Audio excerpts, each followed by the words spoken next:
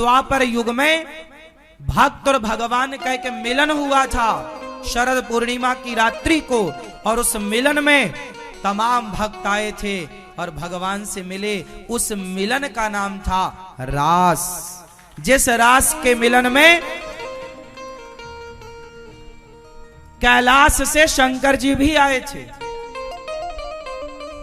ब्रह्मलोक से ब्रह्मा आए, स्वर्ग से इंद्र आए, पर आए थे सब गोपी बनकर। हनुमान जी भी आए पर आए थे गोपी। तो वहां पर क्या बनकर आए भगवान? गोपी। गोपी मतलब स्त्रियां नहीं।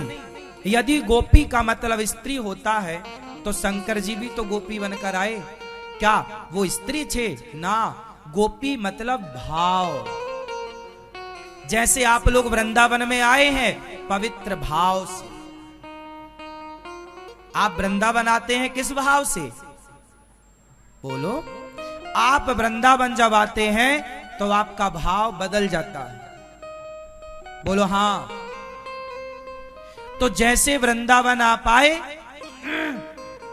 एक भक्त के भाव से, आप अपने घर में इंजीनियर होंगे, डॉक्टर होंगे, एडवोकेट होंगे, फला होंगे फला, लेकिन आप जब वृंदावन आए तो डॉक्टर बनकर नहीं आए, एडवोकेट बनकर नहीं आए, जज बनकर, पायलट बनकर। आप यहां एक भाव लेकर आए, भक्त का भाव। क्या लेकर आए हैं? एक पवित्र भाव। उसी तरह उस रास में जो सम्मिलित हुए थे वो गोपी के भाव से। गोपी कौन? गोपियों की अधिष्ठात्री राधा रानी। राधा की तरह प्रेम लेकर के सब लोग आए। तो राधा की तरह प्रेम लेकर आने का नाम गोपी बनकर आना, मीन्स गोपी भाव। और उस समय कृष्ण ने रास रचाया जिसमें शंकर जी भी थे, हनुमान जी भी थे, नारद जी भी थे, ब्रह्मा और गोपियां। वो मिलन था एक भक्त का एक भगवान से। अब आप बताओ, क्या वो मिलन कैरेक्टर ढीला की लीला थी क्या? तो आप लोगों ने ये मूवी बनाने वाले सुपर डुपर स्टारों से सवाल क्यों नहीं किया कि तुम हमारे भगवान पर लांछन लगा रहे हो? ये लांछन लगाने का अधिकार इन मूर्खों को दिया किसने? आप लोगों ने दिया, जो तुम इनकी उल्टी सीधी पिक्चरें देख देख करके और इन्हें सुपर डुपर स्टार बनाते हो। ये कुछ भी तुम्हारे धर्म के लिए कहते बोलते हैं और तुम तमाशा देखते हो। ये लोग क्या नहीं गलत काम कर रहे हैं? बॉलीवुड वाले गुटखा बेच रहे हैं खुलेआम, दाने दाने में केसर का दम। पूछो इनसे कि तुम अपने बच्चों को खिलाते हो गुटखा? नहीं, अपने बच्चों को ये नहीं खिलाते, लेकिन आपके बच्चों से कहते हैं कि दाने दाने में केसर का दम, ताकि आपके बच्चे खाएं। बड़े बड़े सुपर डुपर स्टार प्रचार करते हैं जंगली रमी का। डाउनलोड कीजिए जंगली रमी का, जिससे वो जुआ इत्यादि खेल रहे हैं लोग उससे।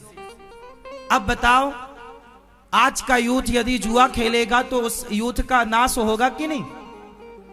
बोलो हाँ। तो आजकल के सुपर डुपर स्टार तुम्हारे बच्चों को जुआड़ी बना रहे हैं या नहीं? बोलो हाँ, जोर से।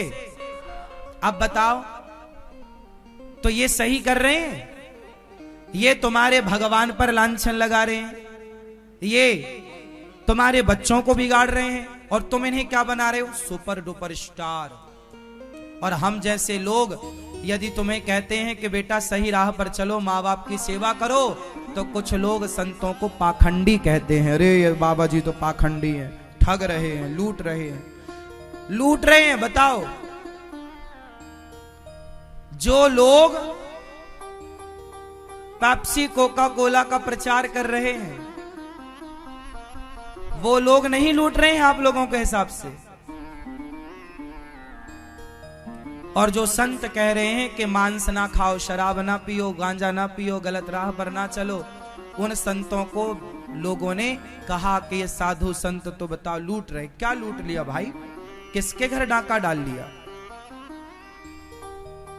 डाका तो आपके घर में ये बॉलीवुड वाले डाल रहे हैं, आपके बच्चों के चरित्र पर डाका डाल रहे हैं। बिगाड़ दिया चरित्र, डाल दिया डाका। तुम्हारी बहन बेटियां अब जरा जरा से कपड़े पहन के घूमती हैं। ये किसकी देन है? बाबा जी की देन है या बॉलीवुड की देन है?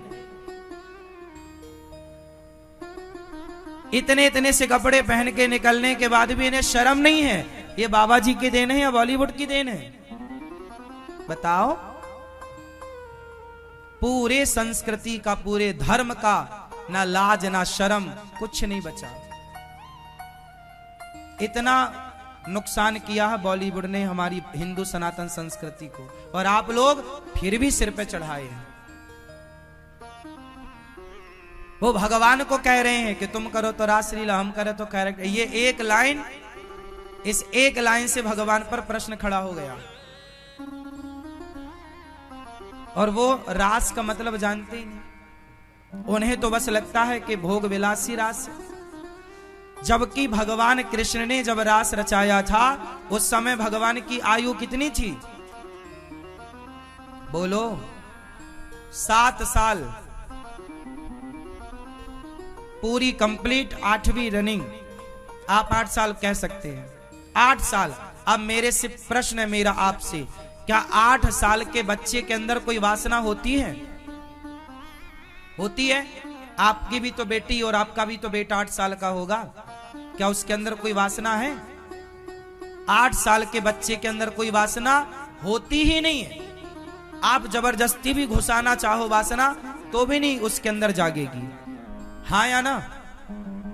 बोलो हाँ। तो जब रास भगवान ने 8 साल की उम्र में रचाया, 10.5 साल की आयु में तो वृंदावन छोड़ के चले गए कंस को मारने।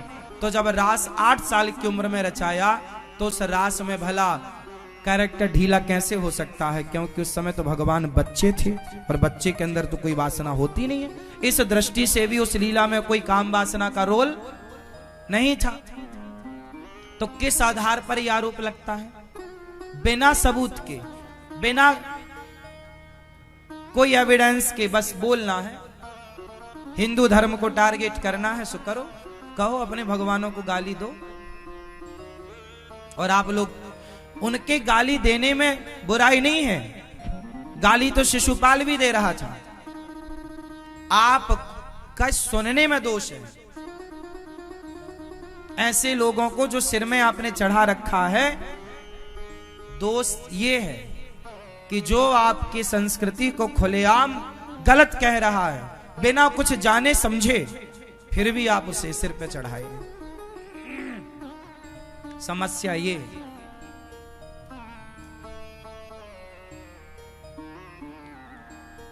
आजकल के बच्चों को यदि चरित्रवान बनाना है तो बॉलीवुड से बचा लो, मूवियों से बचाओ, वरना ये चरित्रवान बन ही नहीं सकते। मूवियां इन्हें चरित्रवान कहां बनने देती? आजकल की जितनी पिक्चर हैं, सारी पिक्चरों में अश्लीलता है। बाप बेटी एक साथ नहीं देख सकते। अब इससे आप चरित्र का निर्माण कर लोगे?